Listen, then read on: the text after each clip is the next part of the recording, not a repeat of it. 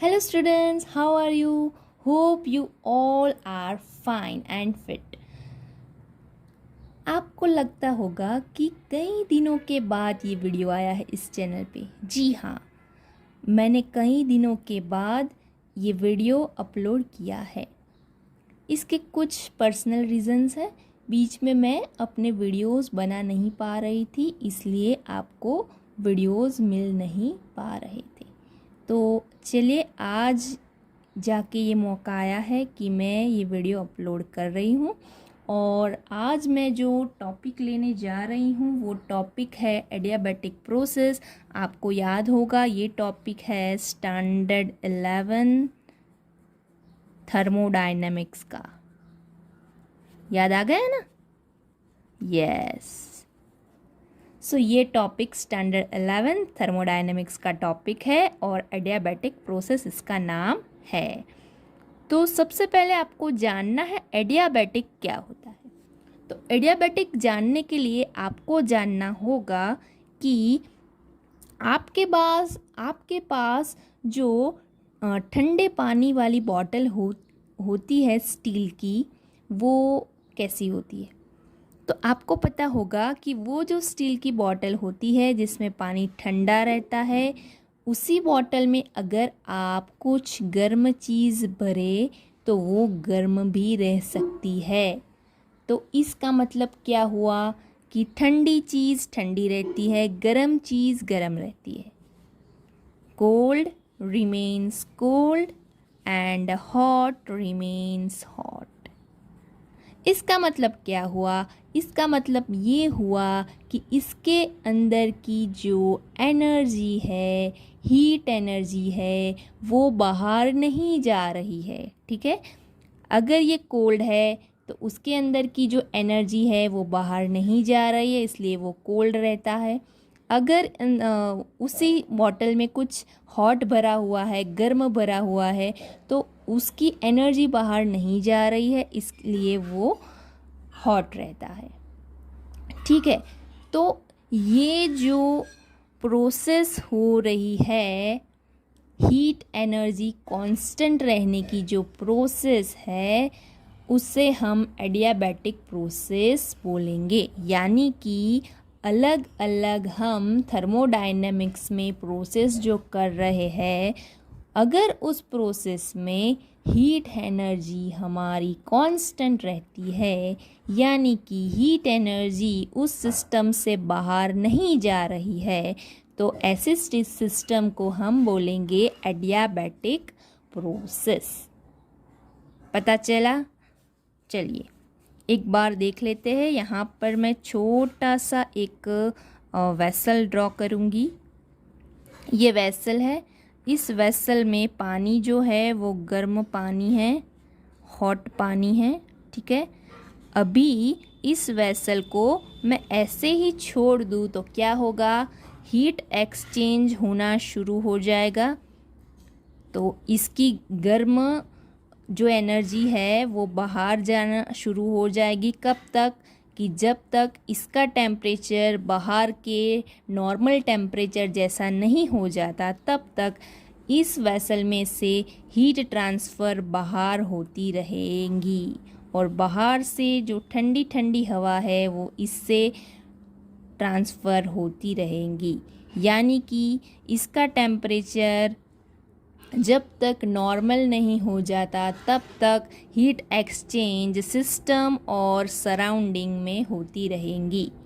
ठीक है, तो ये जो प्रोसेस है वो नॉर्मल प्रोसेस है, लेकिन हमें क्या करना है? हीट एक्सचेंज नहीं होने देना है। हीट एक्सचेंज ज़ीरो करना है। हीट एक्सचेंज बिल्कुल नहीं होने देना है। अगर हम किसी भी प्रोसेस करें, किसी भी थर्मोडायनेमिक प्रोसेस करें और उसमें हीट का एक्सचेंज नहीं हो रहा है, मतलब ये प्रोसेस है एडियाबैटिक प्रोसेस। और अगर इसमें से हीट का एक्सचेंज नहीं होगा, हीट बाहर नहीं निकलेंगी, तो इस वेसल में पानी जो है वैसा का वैसा गर्म रहेगा। लेकिन वो कब पॉसिबल होगा? जब आप एक इंसुलेटिंग लेयर इसके आसपास लगा देंगे, तब पॉसिबल होगा। यानी कि इसके आसपास ऐसा लेयर होना चाहिए वो जो हीट इंसुलेटर है। हीट इंसुलेटर हीट को बाहर नहीं जाने देगा। क्यों नहीं जाने देगा? क्योंकि हीट इंसुलेटर्स हीट को कंडक्ट नहीं करते हैं। ठीक है, तो ये जो मैंने ड्रॉ किया है ये हीट इंसुलेटर है। अगर कोई प्रोसेस ऐसी सिस्टम में हो रही है तो उसे एडियाबैटिक प्रोसेस कहेंगे। तो चलिए एक बार रीड कर लेते हैं और समझते हैं। For an adiabatic process a system is insulated from surroundings. देखा, ये सिस्टम है और ये सराउंडिंग्स है। तो सिस्टम और सराउंडिंग्स के बीच में एक इंसुलेटेड लेयर होता है। अ सिस्टम इज इंसुलेटेड, यानी कि ये सिस्टम को इंसुलेट किया गया है। आप आइसोलेट भी बोल सकते हैं। आइसोलेट, आइसोलेशन आपने वर्ड कोरोना में बहुत सुना होगा कि अलग कर देना। तो यही बात है कि इस सिस्टम को सराउंडिंग से अलग किया जा रहा है एक इंसुलेटिंग लेयर से। And hence heat is neither absorb nor released, यानी कि हीट यहाँ से बाहर नहीं जाएगी और बाहर की हीट ये एब्जॉर्ब भी नहीं करेगा। तो हीट यहाँ से रिलीज़ भी नहीं होगी और हीट को ये एब्जॉर्ब भी नहीं करेगा। ऐसे सिस्टम अगर कोई है, तो ऐसे सिस्टम में अगर कोई प्रोसेस करने जा रहे हैं हम, तो उस प्रोसेस को एडियाबैटिक प्रोसेस बोलेंगे। यानी कि जो कोई भी प्रोसेस इस तरह की कोई सिस्टम में होती है तो उस प्रोसेस को एडियाबैटिक प्रोसेस बोलेंगे। उम्मीद कर रही हूँ अब तक आपको एडियाबैटिक प्रोसेस अच्छी तरह से समझ आ गया होगा। अभी देखिए क्या है, नेदर एब्जॉर्ब नॉर रिलीज्ड। ठीक है, अगर हीट एब्जॉर्ब नहीं हो रही है और रिलीज भी नहीं हो रही है तो change in heat delta Q क्या हो जाएगा? 0।